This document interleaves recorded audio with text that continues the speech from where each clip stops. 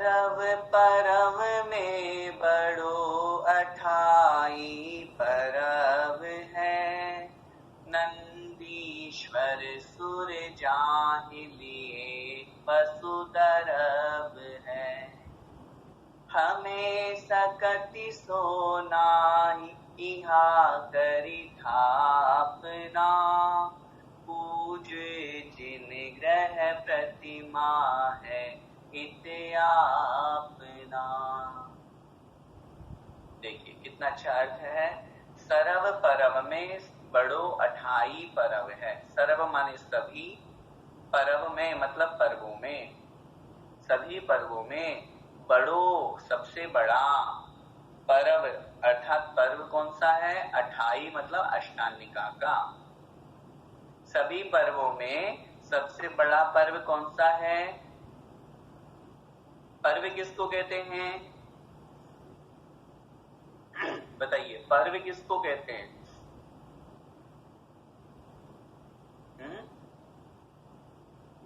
पर्व मतलब संधि।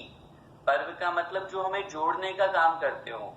लिखिए अपनी कॉपी में, पर्व का मतलब कोई त्योहार, संधि। संधि का अर्थ जहां मिलती है ना दो चीजें, हम हिंदी में पढ़ते हैं ना, दो अक्षरों के मेल से जो संधि मिल जाते हैं तो संधि हो जाता है, संधि विच्छेदन करते हैं। तो संधि का शाब्दिक अर्थ क्या होता है? मिलना। जहां पर मिलन होता है उसे हम पर्व कहते हैं। कहने का तात्पर्य जो विशेष उत्सव, लिख लीजिए अपनी कॉपी में, विशेष उत्सव, त्योहार आदि विशेष अवसर जिसे हम कहते हैं वे पर्व कहलाते हैं। लिखिए, पर्व दो तरह के होते हैं। पर्व दो तरह के होते हैं। कौन कौन से? लिखिए, शाश्वत पर्व, पहला शाश्वत पर्व, और दूसरा अशाश्वत, ब्रैकेट में लिख दीजिए नैमित्तिक। दूसरा है अशाश्वत अर्थात नैमित्तिक। नैमित्तिक मतलब किसी निमित्त को कारण से। फर्स्ट वाले की डेफिनेशन लिखिए शाश्वत पर्व की। जो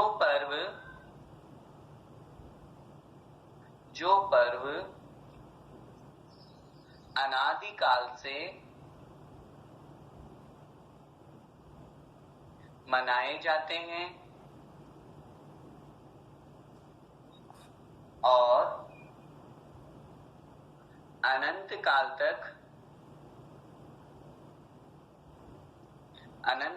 तक मनाए जाते रहेंगे,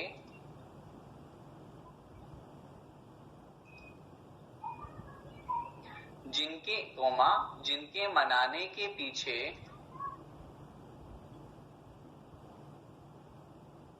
कोई निमित्त नहीं होता,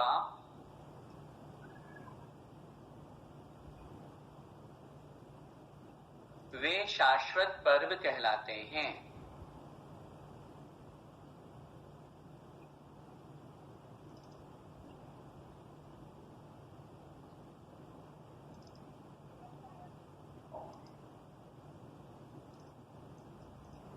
जैसे अष्टमी, चतुर्दशी,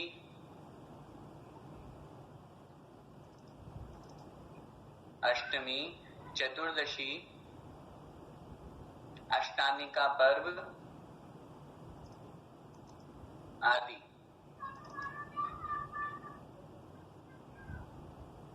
ठीक है, ये कौन से पर्व कहलाते हैं? शाश्वत। अब बहुत बार अपने माइंड में प्रश्न आता है ना, बहुत से लोग प्रश्न करते हैं, भैया जी अष्टमी चौदस को पर्व क्यों कहते हैं, अष्टमी चौदस क्यों मनाते हैं?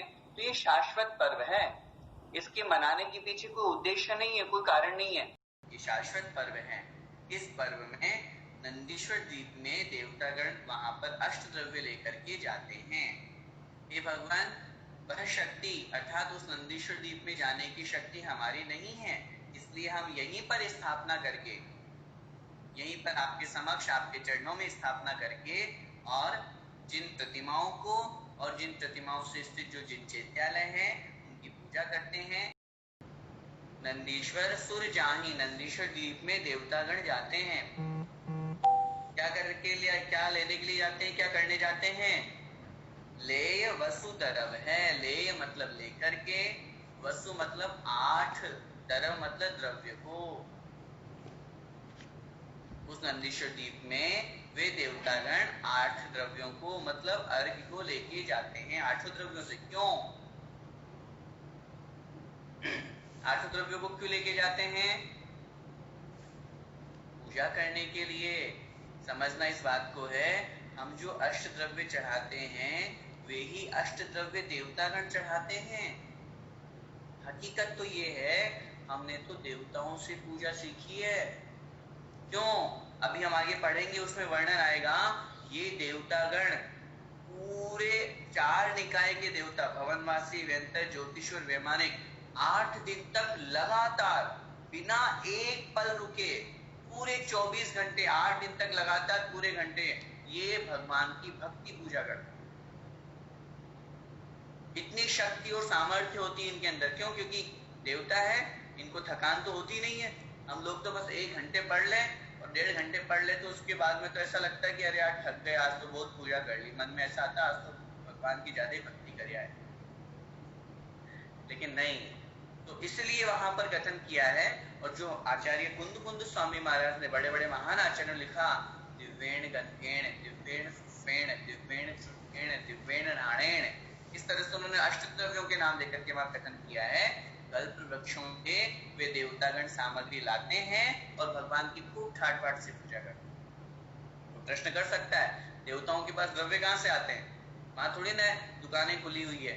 उत्तर मिलेगा कल्प वृक्षों से।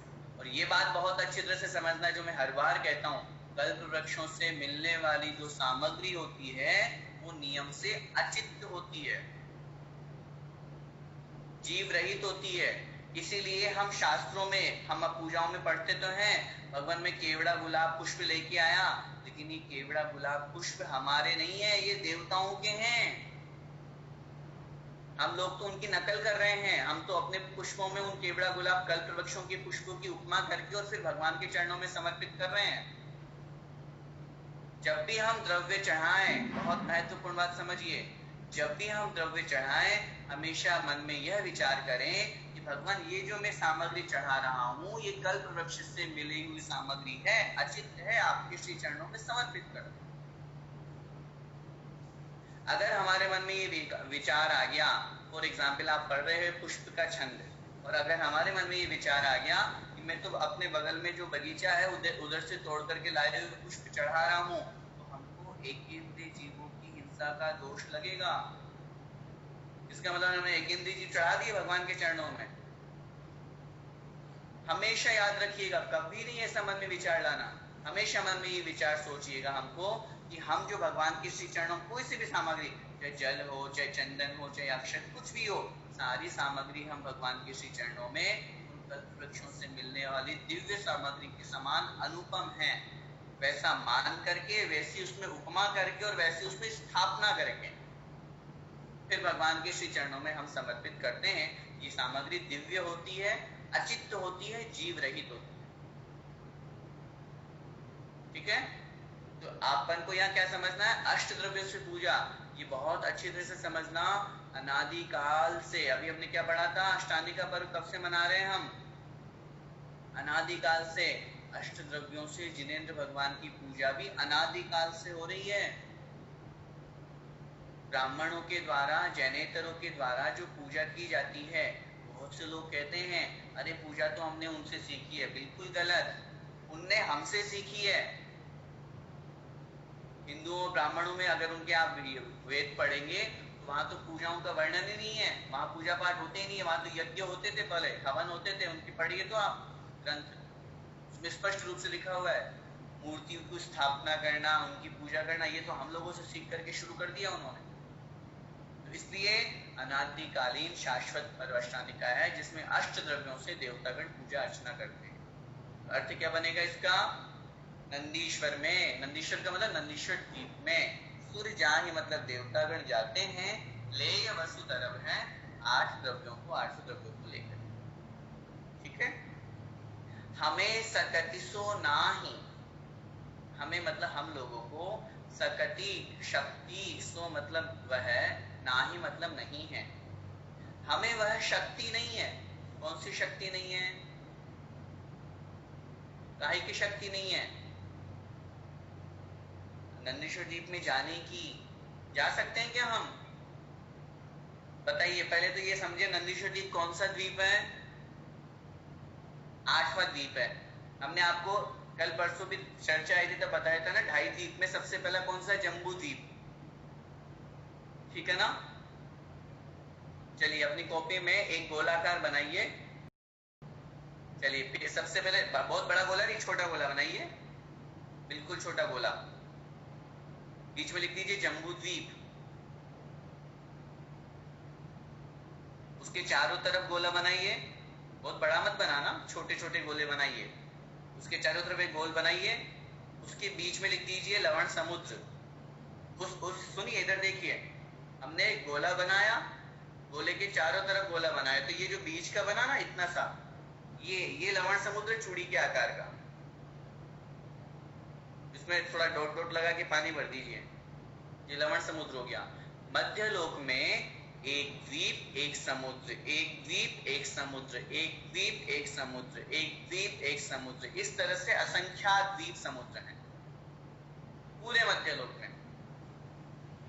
तो सबसे पहले हो गया जम्बू द्वीप, फिर लवण समुद्र। ठीक है, फिर तीसरे नंबर पे क्या चीज आएगी? द्वीप, है ना?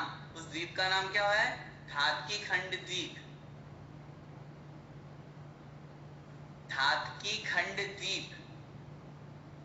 गोलाकार बना दीजिए वापस, फिर आगे फिर गोलाकार बनाइए, उसके चारों तरफ सर्किल बना करके। वो कौन सा समुद्र है? कालोदधी समुद्र। ठीक है, इसके बाद फिर द्वीप बनाइए, कौन सा द्वीप होगा? पुष्करवर द्वीप। पुष्करवर द्वीप चारों तरफ। फिर उसके बाद में आगे बढ़ेंगे, चारों तरफ कौन सा समुद्र आएगा? पुष्करवर समुद्र।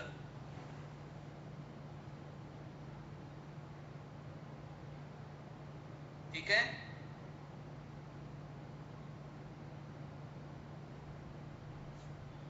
फिर उसके बाद आगे बढ़ेंगे, चौथा द्वीप कौन सा आएगा? घृतवर द्वीप। घृतवर, घी को संस्कृत में घृत कहते हैं, घृतवर द्वीप। उसके बाद में चारों तरफ आएगा घृतवर समुद्र। छोटे छोटे बनाइए क्योंकि हमें 8वें तक पहुंचना है। कोई बात नहीं, लिख लीजिए, नाम लिख लीजिए मात्र, अगर नहीं भी हो तो भी समझने के लिए ये तो एक प्रतीकात्मक है। फिर 5वें द्वीप का नाम क्या है? क्षीरवर द्वीप। और समुद्र का नाम क्या है? क्षीरवर समुद्र, जिसे हम कहते हैं ना क्षीर सागर। ये 5वां समुद्र यही है। इसी 5वें समुद्र में से जल ले जाते हैं देवतागण और भगवान का जन्माभिषेक करते हैं। इसका जल कैसा होता है? क्षीर, दूध के समान निर्मल होता है। दूध नहीं होता। कुछ लोग जिनकी मान्यता ठीक नहीं है आगम के अनुसार, वो लोग कहते हैं कि भगवान का जन्माभिषेक भी तो दूध से होता है। अरे भैया, दूध से नहीं होता, जल से होता है। वो जल जो है वो दूध के रंग का सफेद है। फिर तो आप कहोगे घी भरा हुआ है, जाकर के ले आए बहुत सारा घी घृतवर समुद्र में से। ऐसा नहीं है, समुद्र के पानी का रंग है ऐसा, स्वाद है ऐसा। ठीक है ना? अब यहाँ 5वें तक पहुंच गए अपन। तो ऐसे ही आगे छठा द्वीप, छठा समुद्र, 7वां द्वीप, 7वां समुद्र, फिर आएगा 8वां द्वीप।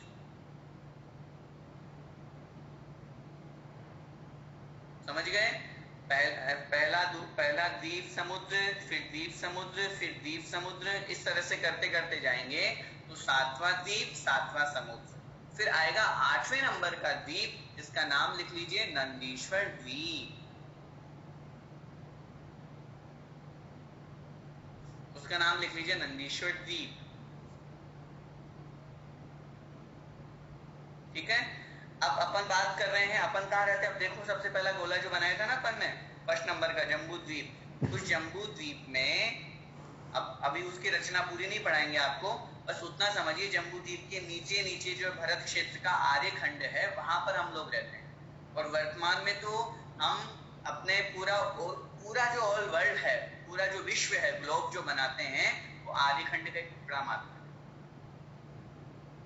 जो भरत चक्रवर्ती पूरे 6 खंडों को जीतता है, विजयाट पर्वत को जीतता है, वहां पे पूरे जाकर के और विश्वाचल पर अपना नाम लिखता है, जो मलेच्छ खंड में स्थित है, उत्तर वाले में, तो वो हम तो आज वहां भी नहीं पहुंच पा रहे हैं। जो गंगा सिंधु बह रही है, वहां भी नहीं पहुंच पा रहे हैं। तो वर्तमान की अपेक्षा से तो कुछ भी नहीं है। लेकिन चतुर्थ काल की भी बात करें तो मनुष्य जो 2.5 द्वीप हमने बनाए थे ना परसों, कल जो हमने रचना समझी, तीसरा नंबर का जो द्वीप है ना, पुष्करवत द्वीप, उसके आधे भाग में बीचों बीच में मानुष उत्तर जाता है, तो ये 2.5 द्वीप कहलाता है। तो मनुष्य इतने में ही रह सकता है, आना जाना। रीतिधारी मुनि महाराज भी, तीर्थंकर भी मनुष्य अवस्था में, मोक्ष तो चले गए, उसकी बात ही अलग है। चाहे तीर्थंकर भी क्यों ना हो, वे भी 2.5 द्वीप से बाहर गमन नहीं कर सकते। तो हम कितने भी अतिशय युक्त रीतिधारी कुछ भी बन जाए, लेकिन यहाँ कह रहे हैं हमें शक्ति सो ना ही, हे भगवान, हमारी वहां जाने की शक्ति नहीं है नंदीश्वर में, 8वें द्वीप में। इसलिए हम क्या कर रहे हैं, यहाँ करी थापना। यहाँ मतलब यहाँ पर ही, करी मतलब करते हैं, थापना मतलब स्थापना। इसलिए हे भगवान, हम यहीं पे स्थापना करते हैं। लिख लीजिए शब्दार्थ अपनी कॉपी में, यहाँ करी थापना। यहाँ करी मतलब करते हैं, थापना मतलब स्थापना। हे भगवान, हमारी शक्ति उस नंदीश्वर द्वीप 8वें द्वीप में जाने की नहीं है, इसलिए हम यहीं पर स्थापना करते हैं। और स्थापना करके क्या करते हैं, पूजे मतलब पूजा करते हैं। जिन ग्रह, इसकी पूजा करते हैं। जिन ग्रह का मतलब शब्द से अर्थ लगाइए, जिनेंद्र भगवान का घर, जैसे अपना घर। भगवान का घर कौन सा होता है? जिनालय, मंदिर, चैत्यालय, ठीक है। जिन ग्रह, तो हम किसकी पूजा करते हैं? जिन ग्रह की। और साथ में लिखा हो प्रतिमा, उन जिन ग्रहों में, चैत्यालयों में विराजमान प्रतिमाओं की पूजे मतलब मैं पूजा करता हूँ, या हम पूजा करते हैं। उनकी पूजा करने से क्या होता है हित आपना, इससे अपना हित होता है, अपना कल्याण होता है। द्वीप में जो 52 धाम है, जिनालय हैं उनकी, और उनमें स्थित जिन सुंदर सुंदर जिन प्रतिमाओं की अपने अंदर आनंद भाव धारण करके बड़े प्रसन्न मन से 8 दिनों तक पूजा करता हूँ। अन्य दिन भी पूजा करे तो दोष नहीं है। आप सोचे कि ये पर्व की पूजा है, उसी दिन करें, नहीं नहीं। अगर अभी भी आप अष्टानिका की पूजा कर लेंगे तो कोई पाप नहीं लगेगा, कर सकते हो कभी भी। लेकिन चूंकि एक पर्व का विशेष महत्व होता है, दिन का विशेष महत्व होता है, जिस दिन जिन भगवान का कल्याण होता है, उस दिन अगर उन भगवान की पूजन करेंगे तो एक विशेष सानिध्य, विनय, विशेष समीपता हमारे अंदर आएगी। अरे यार, आज तो आदिनाथ जयंती, आदिनाथ भगवान की पूजन करनी। उस दिन अगर महावीर भगवान के कर लेंगे तो पाप नहीं लगेगा। अन्य दिनों में भी आदिनाथ भगवान की हम करते हैं तो करती हैं, लेकिन एक विशेष पर्व के दिनों में, विशेष अवसर पे ऐसा हम करते हैं। आगे देखिए, नंदीश्वर द्वीप महान, चारों दिश शोभे। नंदीश्वर द्वीप जो है वो बड़ा महान है। महान मतलब बड़ा, बहुत बड़ा, विशाल है। नंदीश्वर द्वीप महान, नंदीश्वर द्वीप बहुत बड़ा है। चारों दिश सोहे, चारों दिशाओं में सुशोभित होता है। चारों मतलब चारों, दिशि माने दिशाओं में, सोहे मतलब सुशोभित होता है। चारों दिशाएं कौन सी हैं? पूर्व, दक्षिण, पश्चिम और उत्तर। चारों चहु दिशि सोहे, चारों दिशि सोहे। 52 जिन मंदिर जान, वहां कितने जिन मंदिर हैं? 52 मतलब 52, वर्णन पढ़ेंगे अपन, चित्र भी बनाएंगे, देखेंगे। एक दिशा में 13 जिनालय, तो 52 जिन मंदिर जान, 52 जिन मंदिर, वहां पर जान मतलब जानना चाहिए। जो कि कैसे हैं? सुर नर मन मोहे। सुर मतलब देवता, नर मतलब मनुष्यों के, मन मोहे मन को मोहित करने वाले हैं, मन को आकर्षित करने वाले हैं। ठीक है, समझ में आया? ये 52 जिन मंदिर जानो जो कि देवताओं के और मनुष्यों के मन को आकर्षित करने वाले हैं। तभी तो आकर्षित होकर के देवतागण वहां पहुंच जाते हैं। अब हमारा एक प्रश्न आप लोगों से, अभी अभी तो आपने कहा हमको कि वहां मनुष्य नहीं जा सकते, और अभी आप कह रहे हैं कि सुर नर मन मोहे, देवता और मनुष्यों के मन को मोहित करते हैं। तो जब मनुष्य जा ही नहीं सकते तो उनके मन को कैसे मोहित करेंगे? बताइए, कौन बताए? हाथ ऊपर करें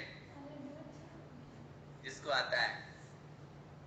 भाई मनुष्य तो जा ही नहीं सकते, तो फिर मनुष्य को मन को कैसे आकर्षित करते हैं? ऋषि जी बाकलीवाल।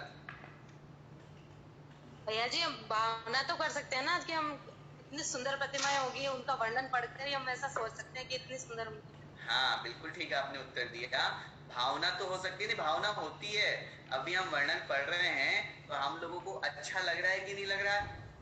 लग रहा है। और जब हम आगे आपको, आप चूंकि इसलिए मैंने आज विषय को नहीं लेकर के, और कल मैं इसको आप पूरा नक्शा बताऊंगा, पूरा मैप समझाएंगे अपन कि कैसे बीच में अंजन गिरी, कैसे चारों दिशाओं में 4 ददिमो, कैसे रत्तिकर, कैसे 52 जिनालय, और उनमें कैसा वर्णन है, कैसी प्रतिमाएं हैं, कितनी ऊंची है, कितनी बड़ी है, यहाँ से कितने दूर है।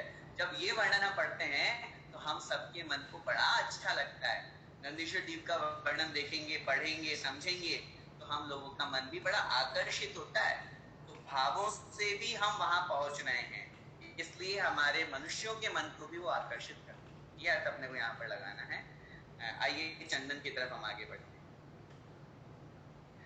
भव तप हर शीतल वास, सो चंदन नाही, प्रभु यह गुण कीजे साच, आयो तुम ठाही। हे भगवान, अब बाकी की 4 लाइनें तो सेम है, अर्थ इसका हम समझते हैं। भव तप हर शीतल वास, भव संसार, तप मतलब ताप को, हर मतलब नाश करने वाला, संसार के ताप को नाश करने वाला। और दूसरी विशेषता क्या थी? शीतल वास, जो जहां पर जिसमें शीतलता का निवास है। भव तप हर, संसार के ताप को नाश करने वाला और शीतलता से युक्त, ऐसा सो चंदन नाही, वह चंदन नहीं है भगवान।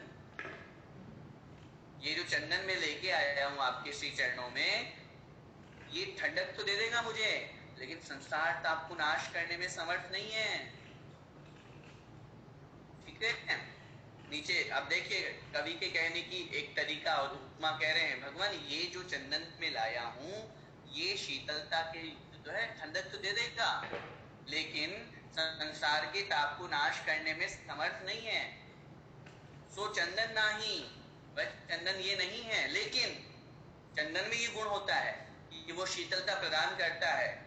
यह गुण कीजिए साच, हे भगवान, लेकिन इस चंदन के माध्यम से मैं इस गुण को सच्चा करना चाहता हूँ। प्रभु यह गुण, इस चंदन का जो ये गुण है, शीतलता देता है, आताप को दूर कर लेता है, तो इस गुण को कीजिए साच, आप सच्चा कर दीजिए। साच मतलब सत्य, सही। आयो तुम ठाई, आयो मतलब आया हूं, तुम ठाई आपके समीप, ठाई मतलब समीप, चरण सानिध्य में। आयो तुम ठाई।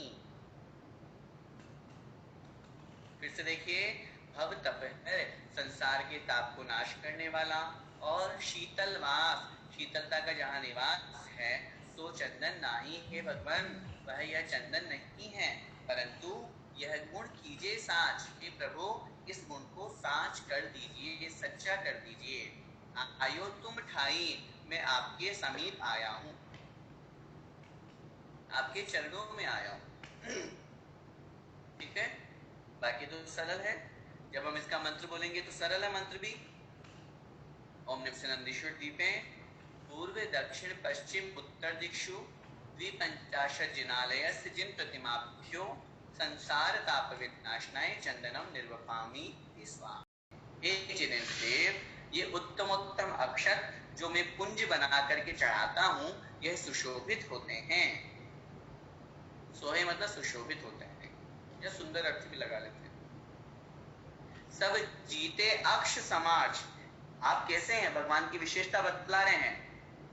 भगवान को हम अक्षत चढ़ा रहे हैं ना, तो अब अक्षत शब्द से अर्थ और दूसरा निकाल करके लगा रहे हैं। सब जीते, सब मतलब जीते, जीत लिए हैं।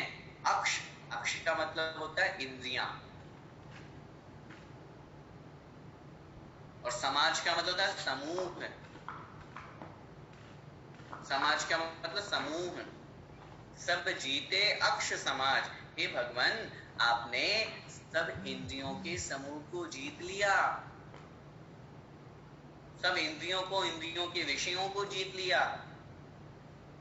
तुम सम अरु को है। हे भगवान, आपके समान और कौन है? कोई भी तो नहीं है। सब इंद्रियों में फंसे हुए हैं, सब विषयों के लंपटी है, अन्य देवी देवता। तुम सम, लेकिन आपके समान अरु और वो है, कौन है? आप तो इतने महान हैं कि आपने सब इंद्रियों को जीत लिया। इंद्रियों को जीत लिया, जिससे तो जितेंद्र कहलाए। हम भगवान को जितेंद्र कहते हैं ना, और जिनेंद्र भी कहते हैं। क्यों कहते हैं? लगाइए, जिनेंद्र का अर्थ क्या होता है और जितेंद्र का अर्थ क्या होता है? जित इंद्र, जित मतलब जीत लिया है, इंद्र मतलब इंद्रियों को जिन्होंने, और जिनेंद्र भी इससे से निकला है। जिन शब्द, जिन शब्द का मतलब जिन्होंने इंद्रियों को, इंद्रियों की विषयों को, इंद्रियों की इच्छाओं को, वासनाओं को, सबको जीत लिया है, इसलिए ये जितेंद्र कहलाते हैं। हम लोग तो इंद्रियों के विषयों में फंसे हुए हैं। खाना पीना, ओढ़ना पहनना, पांचों इंद्रियों में स्पर्शन, रसना, घ्राण, चक्षु, कर्ण, इसी में लगे हुए हैं हमको। अच्छी आवाज सुनना है, अच्छे गीत सुनना है, सुमधुर पकवान खाना है, गर्मी सर्दी में सहन नहीं होना है, सब चीजें। तो भगवान कैसे? इंद्रियों के विषयों को जीतते। इसलिए तुम सम अरु को है। भगवान, आपके समान और कौन है?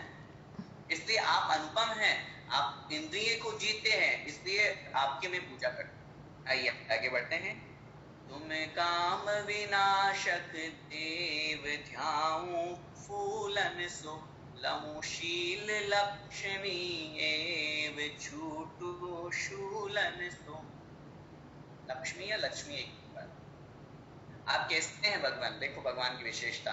तुम मतलब आप, काम विनाशक, काम वासना को, इच्छा को विनाश करने वाले हो। आप कैसे हैं भगवान? काम वासना इच्छाएं जो हैं उनका विनाश करने वाले देव हो। आपने अपनी काम मतलब इच्छाओं को, और काम से अर्थ वासना भी होता है, आपने अपनी इच्छाओं को, अपनी वासनाओं को क्या कर दिया? विनाश कर दिया, नष्ट कर दिया। ऐसे देव हो। इसलिए ध्याऊं फूलन सो। ध्याऊं मतलब ध्यान करता हूँ, भावार्थ में क्या लगाना है? पूजा करता हूँ। ध्याऊं मतलब ध्यान करता हूँ, और ब्रैकेट में लिखिए पूजा करता हूँ। किससे? फूलन सो मतलब पुष्पों से।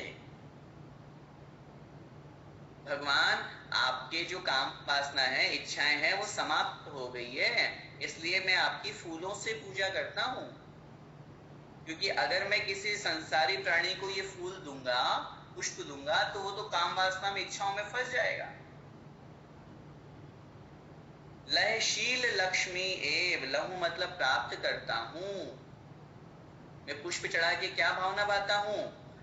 कि मेरी सारी इच्छाएं, काम वासनाएं सब समाप्त हो, और लहू मतलब प्राप्त कर लूं शील लक्ष्मी एव। शील मतलब ब्रह्मचर्य रूपी लक्ष्मी को, एव मतलब ही।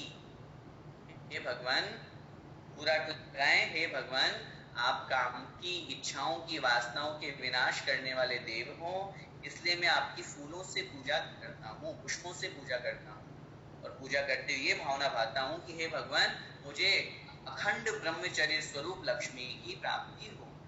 शील लक्ष्मी, शील मतलब ब्रह्मचर्य, लक्ष्मी मतलब लक्ष्मी, एव मतलब ही, लहू मतलब प्राप्त करूं, मैं ब्रह्मचर्य रूप लक्ष्मी को प्राप्त करूं और छूटू शूलन सो, छूटो या छूटू एक ही बात है, छूटू मतलब छूट जाऊं, मुक्त हो जाऊं, शूलन सो, शूल का मतलब क्या होता है, कांटे, छूटू शूलन सो, काम रूपी कांटों से, हम बोलते हैं ना कामवाण, वाण, वाण क्या है, कांटों के जैसे ही तो है, तो काम रूपी बाण से, काम रूपी कांटों से, शूलन सो मतलब कांटों से, छूटू मतलब मैं छूट जाऊं। क्या हुआ, पूरे श्लोक पूरे छंद का, हे भगवान आप काम को विनाश करने वाले हैं, इसलिए मैं आपकी पुष्पों से पूजा करता हूँ, आपकी पुष्पों से पूजा करके मैं ये भावना पाता हूँ कि मैं ब्रह्मचर्य रूप लक्ष्मी को प्राप्त करूं और काम वासना के कांटों से छूट जाऊं, बचूं। आइए आगे, नेवज इंद्रिय बलकार सो तुमने चूरा, चरु तुम डिग सोहे सार, अचरज है पूरा। नेवज नैवेद्य, नैवेद्य का मतलब नैवेद्य, जो हम भगवान के श्री चरणों में चढ़ाते हैं ना, खाद्य सामग्री को नैवेद्य कहते हैं। कैसे होते हैं ये, इंद्रिय बलकार, इंद्रियों को बल देने वाले, नेवज इंद्रिय बलकार, इंद्रियों को बल देने वाले, इंद्रियों को पुष्ट करने वाले, क्योंकि नैवेद्य खाने पीने की वस्तुओं का प्रयोग करने से हमारे शरीर में शक्ति आती है, हमारी इंद्रियां पुष्ट होती है। नेवज इंद्रिय बलकार, नैवेद्य जो है इंद्रियों को पुष्ट करने वाले हैं। सो तुमने चूरा, सो मतलब उनको दो, तुमने मतलब आपने, चूरा माने नष्ट कर दिया, इंद्रियों को तो आपने नष्ट ही कर दिया, जब इंद्रियों को नष्ट कर दिया तो इंद्रियों को पुष्ट करने वाले नैवेद्य का आपसे क्या काम। सो मतलब वह है, तुमने मतलब आपने, चूरा माने नष्ट कर दिया। हे भगवान नैवेद्य जो है ये इंद्रियों को पुष्ट करने वाला है, इससे इंद्रियां पुष्ट होती, शरीर चलता है, वह तो तुमने चूरा, उसे तो आपने नष्ट कर दिया। चरु तुम डिग सोहे, चरु मतलब नैवेद्य, अब जब आपने वो अपनी सारी इच्छाएं खाने पीने की वो तो नष्ट कर दी, तो अब मैं ये चरु ये नैवेद्य आपके श्री चरणों में चढ़ाता हूँ। चरु मतलब नैवेद्य, तुम डिग सोहे, तुम मतलब आपके, डिग मतलब समीप, डिग मतलब समीप, सोहे मतलब सुशोभित होता है। चरु तुम डिग सोहे, चरु अर्थात नैवेद्य, तुम डिग आपके समीप, डिग का मतलब क्या होता है, समीप, सोहे अर्थात सुशोभित होता है। अचरज है पूरा, पूरा मतलब पूरा ही, अचरज मतलब आश्चर्य है, हे भगवान पूरा आश्चर्य है। आश्चर्य क्यों है, अरे भगवान जिस नैवेद्य को आपने ठुकरा दिया, मतलब आपको आवश्यकता नहीं पड़ी, अब वही नैवेद्य मैं आपके श्री चरणों में समर्पित कर रहा हूं, तो आश्चर्य ही है, मतलब जिसको खाना है उसको तो मैं चढ़ा नहीं रहा, क्यों, क्योंकि वो मेरे जैसा भूखा है, वो मेरी भूख क्या मिटाएगा, और आपका क्षुधारोग हमेशा हमेशा के लिए समाप्त हो गया, तो आपके चरणों में ये जो नैवेद्य ये बड़ा सुशोभित हो रहा है। अचरज है पूरा, ये भगवान पूरा आश्चर्य है, बड़ा आश्चर्य है ऐसा।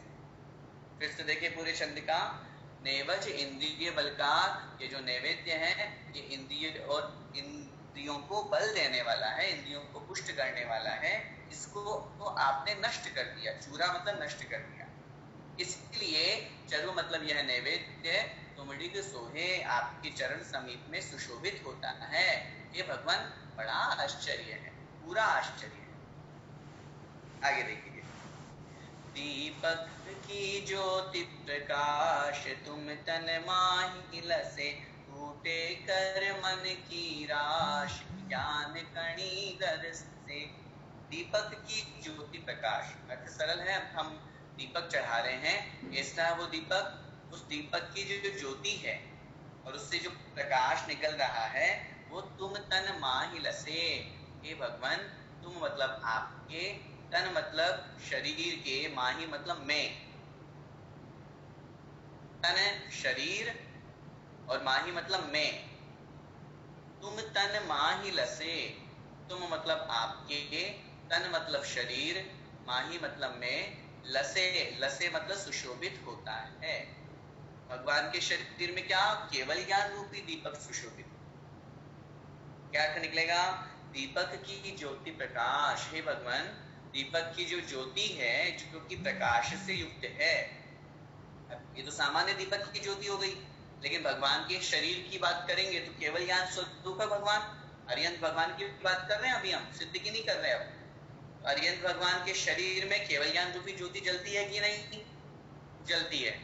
तो तुम तन माही लसे, हे भगवान, यह केवल ज्ञान रूपी ज्योति का प्रकाश आपके शरीर में सुशोभित हो रहा है। लसे माने सुशोभित होता है या हो रहा है। टूटे करमन की राश, हे भगवान, ये दीप चढ़ा के क्या भावना भा रहा हूं मैं? टूटे माने नष्ट हो जाए, कर्मन की, कर्मों की, राश, राश का मतलब समूह है। टूटे कर्मन की राश, यह कर्मों का जो समूह है टूटे अर्थात नष्ट हो जाए। और क्या हो? ज्ञान कणी दर से। ज्ञान मतलब केवल ज्ञान, कणी मतलब का कण, केवल ज्ञान का कण। केवल ज्ञान का कण से भावार्थ में तो लगाना केवल ज्ञान। दर से माने प्रकट हो। ज्ञान कणी, केवल ज्ञान रूपी कण या अंश। केवल ज्ञान तो पूरे प्रकट होता है, अंश रूप में तो होता नहीं है, इसलिए ज्ञान कणी से अर्थ में लगाना केवल ज्ञान। ठीक है? दर से माने प्रकट हो। क्या हुआ? हे भगवान, यह दीपक की जो ज्योति है जो प्रकाश से युक्त है, यह केवल ज्ञान रूपी दीपक की ज्योति आपके शरीर में सुशोभित होती है। दीप चढ़ा के मैं ये भावना भाता हूँ कि हे भगवान, मेरे कर्मों का जो समूह है वह टूटे अर्थात नष्ट हो और मेरे अंदर केवल ज्ञान रूपी ज्योति प्रकट हो। तो केवल ज्ञान की प्राप्ति के लिए मैं दीप समर्पित भगवान करता हूँ। ठीक है, आगे बढ़िए। कृष्णागरु धूप सुवास, दश दिश नारी वरे, अति हर्ष भाव प्रकाश, मानो नृत्य करे। अब हम धूप चढ़ा रहे हैं। देखिए धूप कितनी अच्छी है, कैसी है धूप भगवान के समक्ष हम चढ़ा रहे हैं। कृष्णागरु, कृष्ण अगरु, अगर नाम की जो धूप होती है उसका रंग कृष्ण होता है, काला होता है, इसलिए यहाँ कृष्ण अगरु लिया है। काले रंग की अगरु जो धूप है जो कि कैसी है? सुवास, सुगंधित है, सुवास, अच्छी गंध वाली है। कृष्णागरु धूप सुवास, कृष्णागरु काले रंग की जो अगरु धूप है वह सुवास, सुगंध से युक्त है। दश दिशि, दशों दिशाओं में, दश दिशि, दशों दिशाओं में। पहले बताया था दशों दिशाएं कहाँ कहाँ होती है, याद है ना?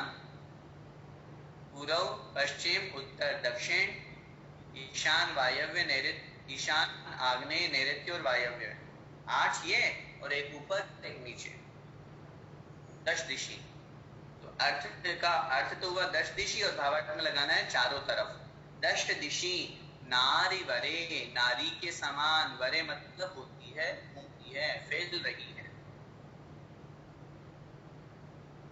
भगवान कृष्ण अगरु, कृष्ण मतलब काले रंग की, अगरु नाम की जो धूप है जो कि सुवास मतलब सुगंधित है, वह दश दिशि, दशों दिशाओं रूपी, नारी मतलब नारी, वरे मतलब का वर्ण करती है, दश दिशा नारी वरे, 10 दिशाओं रूपी नारी का वर्ण करती है। क्या मतलब हुआ? अब नीचे की लाइन का अर्थ लगाओ, फिर अपन भावार्थ समझेंगे कि नारी का वर्ण कैसे करती है। अति हर्ष भाव प्रकाश, अति मतलब अत्यधिक हर्ष भाव से, प्रसन्न भाव से युक्त होकर के प्रकाश मतलब प्रकाशित हो रही है। प्रकाश का मतलब फैल रही है। अति हर्ष भाव प्रकाश अर्थात अत्यधिक हर्ष भाव से युक्त होकर के फैल रही है। मानो नृत्य करे, ऐसा लग रहा है कि मानो नृत्य कर रही हो। अर्थ तो समझ में आ गया। अब भावार्थ समझिए। कवि की कल्पना देखिए, भगवान मैंने आपको जो धूप चढ़ाई, धूप खे अग्नि में, अग्नि का जो धूप में खेने से, अग्नि में खेने से उसका धुआं उठा। धुआं कहाँ गया? चारों दिशाओं में, चारों दिशाओं में नहीं, 8 दिशाओं में, सब तरफ, ऊपर नीचे दाएं बाएं 8 दिशाओं में सब तरफ फैला। तो कवि यहाँ पर ये उपमा और कल्पना कर रहे हैं कि वो जो धुआं फैला वो ऐसा लग रहा है कि दशों दिशाएं नृत्य कर रही हो। दशों दिशाएं एक नारी के समान है, दशों दिशाएं एक स्त्री के समान है और दशों दिशाएं मानो नृत्य कर रही हो। ये उपमा यहाँ पर कवि ने धूप के समय दी। फिर से समझिए कैसे, कि जैसे अग्नि में हमने धूप खेई तो धूप खेने से वो धुआं सब तरफ उड़ा, तो दशों दिशाओं में जाने से तो उसकी सुगंध सब तरफ फैली।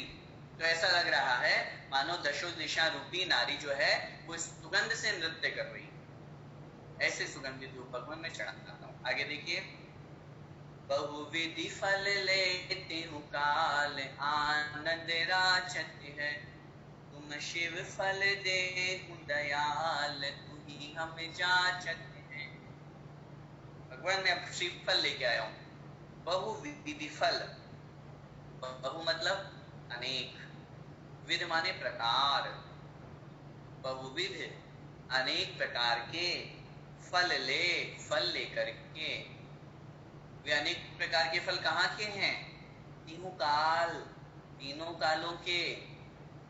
तीनों काल के मतलब क्या हुआ? भावार्थ में हमको लगाना है सभी ऋतुओं के, पहले के भी, वर्तमान के भी और भविष्य के भी। आनंद राचत हैं, जो कि आनंद को देने वाले हैं। राचत का मतलब देने वाले हैं, जिनको देखने से बड़ा आनंद आता है, अच्छा लगता है, मनोहरम मनोरम। ये फल चढ़ा के हम क्या भावना भा रहे हैं? तुम शिव फल देहु दयाल। तुम मतलब हे भगवान आप शिव फल देहु, मुझे इन फलों के बदले में शिव फल दे दीजिए। शिव फल मांग रहे हम, सेव फल नहीं। हाँ, कहीं भगवान को आपने दिया, भगवान ये नारियल ले लीजिए और मुझे सेव फल दे दीजिए, नहीं। शिव फल, इस नारियल को चढ़ाने के बदले हम क्या मांग रहे हैं भगवान से? शिव, शिव का मतलब मोक्ष फल। बहुत अच्छी प्रोसेस है हमारे यहाँ पे। देखो एक नारियल में अपने को मोक्ष मिल रहा है, कितनी अच्छी प्रोसेस है। इससे बढ़िया और क्या चाहिए? इससे सस्ता कहाँ मिलेगा? भाव प्रधान है। ये हम द्रव्य चढ़ा रहे हैं और इस द्रव्य के निमित्त से भाव बना रहे हैं, और निश्चित रूप से भावों का फल हमें मिलता ही मिलता है। भले ही साक्षात नहीं मिल रहा है, आज नहीं मिल रहा है, लेकिन उस निमित्त से जो हम पुण्य बंद करेंगे, उस पुण्य का जब उदय आएगा तो परंपरा से वह मोक्ष मार्ग पर हमको लेके जाएगा। इसलिए हे भगवान तुम शिवफल देव दयाल, हे दयालु, हे दयानिधान, दयाल लिखा है ना, हे दयालु, हे दयानिधान, हे करुणाकर, आप मुझे शिवफल प्रदान, मोक्षफल प्रदान कीजिए। तू ही हम जांचते हैं, तू ही मतलब इसीलिए, तू ही मतलब इसीलिए हम जांचते हैं। हम मतलब हम, जांचते हैं मतलब पूजा करते हैं। जाचत, जाचत का मतलब याचत है ना, पूजा करते हैं।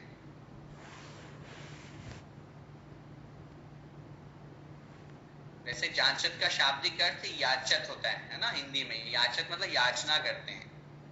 ऐसा हम मांगते हैं, ऐसा हम याचना करते हैं, इसीलिए हम आपकी पूजा करते हैं, आपको समक्ष ये भावना भाती है। आगे देखिए अंतिम, यह अर्घ कियो निज हेत तुमको अर्पत हो, ध्यानत की जो शिव खेत भूमि समर्पत। मैंने सुना है, शास्त्रों में पढ़ा है और गुरुमुख से सुना है कि पूजा करने से आत्मा का कल्याण होता है, इसलिए यह अर्घ मैंने भगवान अपने कल्याण के लिए बनाया है और ये तुमको अर्पित हो। हे भगवान, यह आपको मैं अर्पित करता हूँ। अर्पित हो मतलब अर्पित करता हूँ, चाहता हूँ, समर्पित करता हूँ।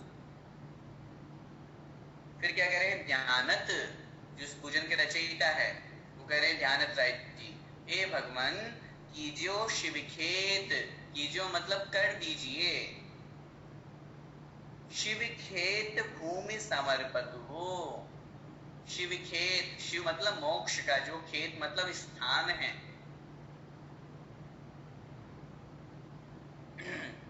कीजियो मतलब कर दीजिए, शिव खेत मोक्ष रूपी स्थान की भूमि। पहले खेत का मतलब लगाना है स्थान और भूमि का मतलब लगाना है सिद्धालय, भावार्थ में। भूमि का मतलब भूमि, मोक्ष रूपी स्थान की जो भूमि है मतलब सिद्धालय, समर्पित हो अर्थात समर्पित कीजिए। हे भगवान, यह अर्घ मैंने अपने स्वयं के हित के लिए, अपने स्वयं के कल्याण के लिए बनाया है, जो कि मैं आपको अर्पित करता हूँ, आपको चढ़ाता हूँ। ज्ञानत राय जी कह रहे हैं, भगवान आप मुझे मोक्ष रूपी स्थान की जो भूमि है वह समर्पित कीजिए।